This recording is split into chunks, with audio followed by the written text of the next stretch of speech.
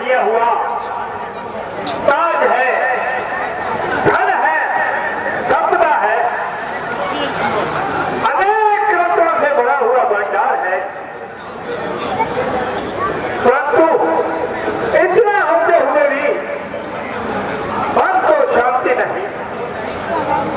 जो नहीं संतान को इच्छा नहीं धन की, भोगने वाला ना हो तो संपदा किस काम की।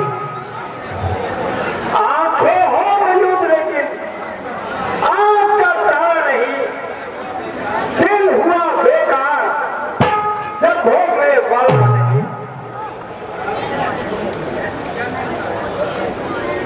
महाराज, ऐसी क्या चिंता है जो आपकी आंखें आज इतना डबडबा रही है?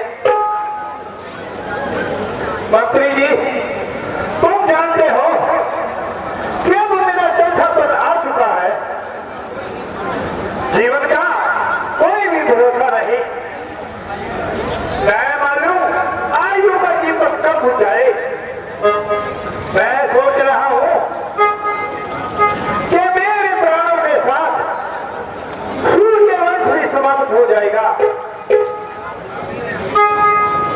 महाराज, आप इसमें अधीर न होइए और गुरुजी से इसका कोई उपाय पूछिए। उनकी कृपा हुई तो अवश्य ही कोई समाधान मिल जाएगा।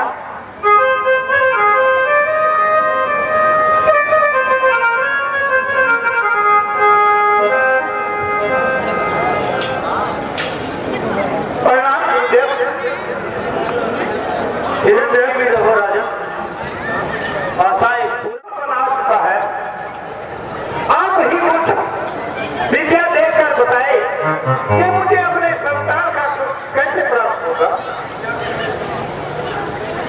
क्या कहूँ गुरुजी मैं अपनी व्यथा, क्या कहूँ गुरुजी मैं अपनी व्यथा, मुझे औलाद का सताने लगा। हर कर डूबी ना मेरी मुझे अब पाना जमाने का जाने लगा। पाना जमाने का जाने लगा।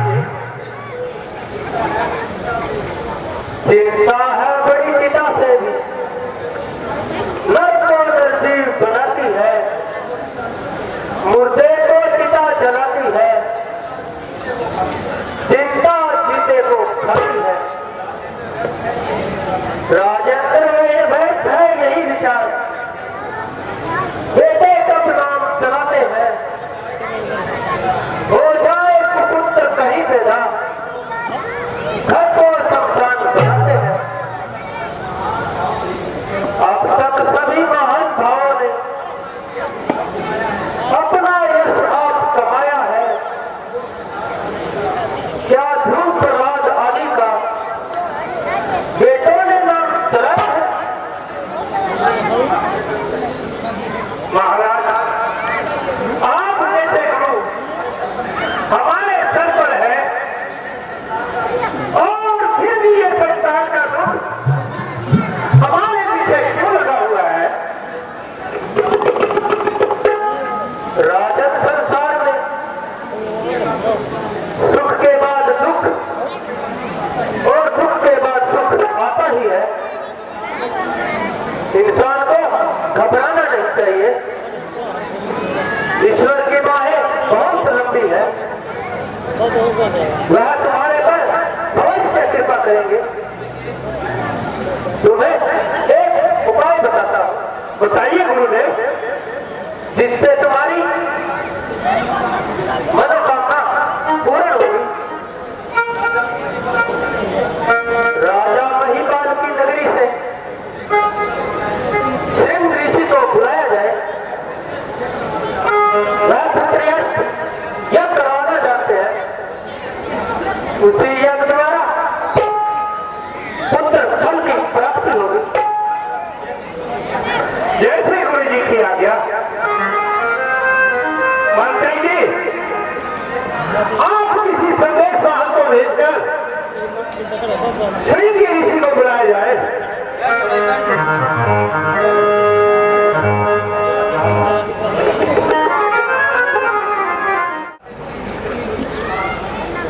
मुनि जी, बहुत दिनों से आपसे मिलने की आस लगी हुई थी।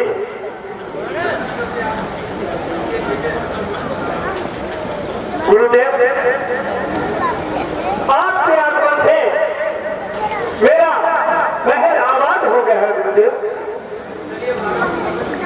चलिए महाराज, सफर की थकान उतारे। आपको जो रास्ते में तकलीफ हुई है उसके लिए मैं आपसे क्षमा मांगता हूं।